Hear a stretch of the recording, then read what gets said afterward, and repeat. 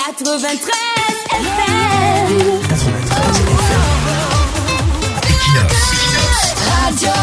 Bonjour, comme nous l'avons toujours dit, les dérives dans lesquelles prospèrent certains cadres de 82 découlent de l'ivresse du pouvoir.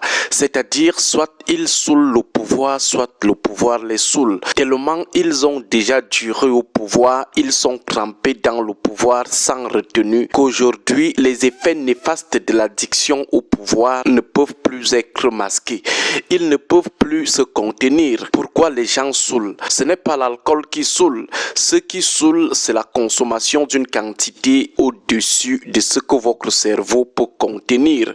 L'inadéquation entre la capacité de votre organisme et le taux d'alcool que vous consommez. Quelqu'un peut boire 2 casiers, mais il ne saoule pas.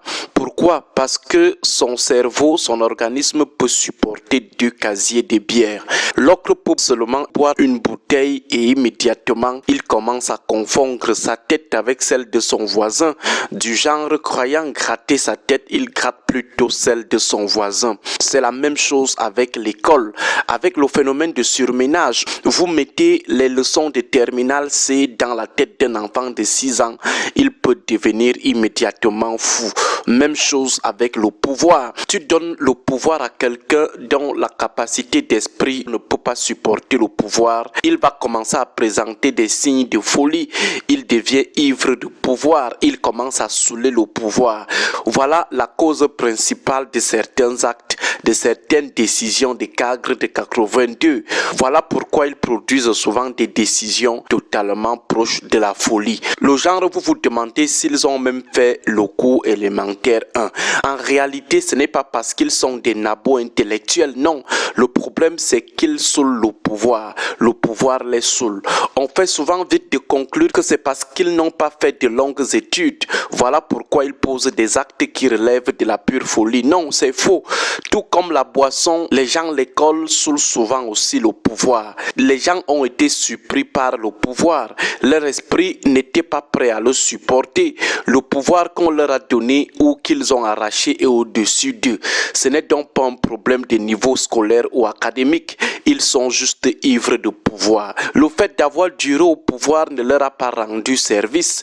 Ils saoulent maintenant ce pouvoir. Le pouvoir les saoule aussi. Ils n'étaient pas préparés à être au pouvoir, à devenir ministre, à devenir député, sénateur, maire. Du coup, surpris, ils ont commencé à développer une certaine sublimation, une certaine excitation qui leur fait complètement perdre le nord. En plus de l'ivresse du pouvoir, on peut aussi ajouter comme facteur des différents agissements saugrenus dont ils font souvent montre le déficit de compétences morales. En d'autres termes, il manque généralement aux gens de 82 une base morale établie. Voilà pourquoi ils n'ont pas souvent honte. Ils ont donné la honte aux chiens. Ils n'ont pas souvent de remords. Ils n'ont pas le sens de l'honneur.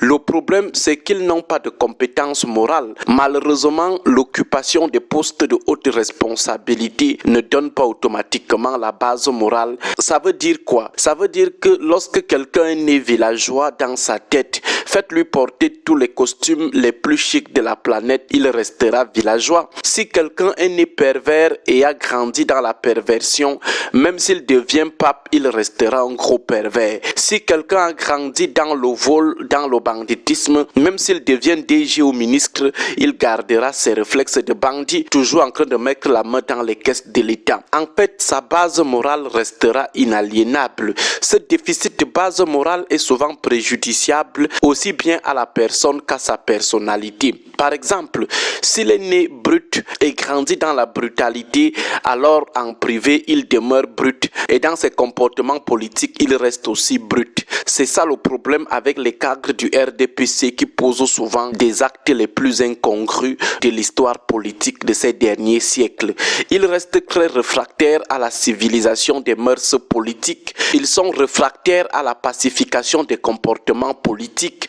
On dira tout simplement que leurs esprits ont refusé et continuent de refuser la civilisation politique. Pour le cas de la sénatrice RDPC Françoise Mpouni, alias Mami Nyanga, soit c'est l'ivresse du pouvoir, c'est-à-dire que la quantité de pouvoir qu'elle a reçu au fil des ans est largement au-dessus de ce que son esprit pouvait supporter, soit elle est restée réfractaire à la civilisation politique. Ce qu'elle a dit l'autre jour est simplement inimaginable. Reprenons un peu ses propos. La sénatrice RDPC Mami Nyanga dit ceci, nous la citons: tous ceux qui sont venus s'installer dans le Onkam, ternir l'image du Onkam, nous n'en voulons plus. Si au soir du 12 octobre, on a perdu dans leurs différents quartiers respectifs, ils vont désormais rentrer dans leur village. Donc elle prévoit chasser les halogènes du département du Onkam au cas où le RDPC perd dans le département.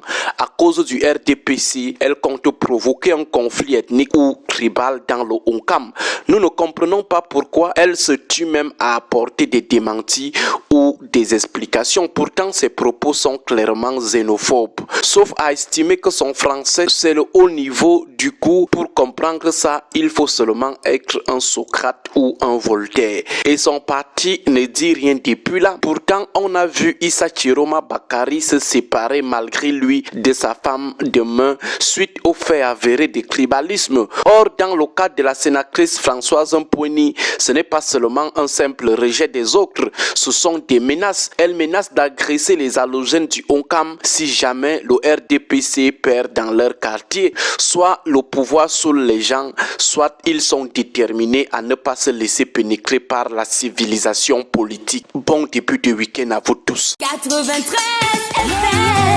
93 FM. Radio.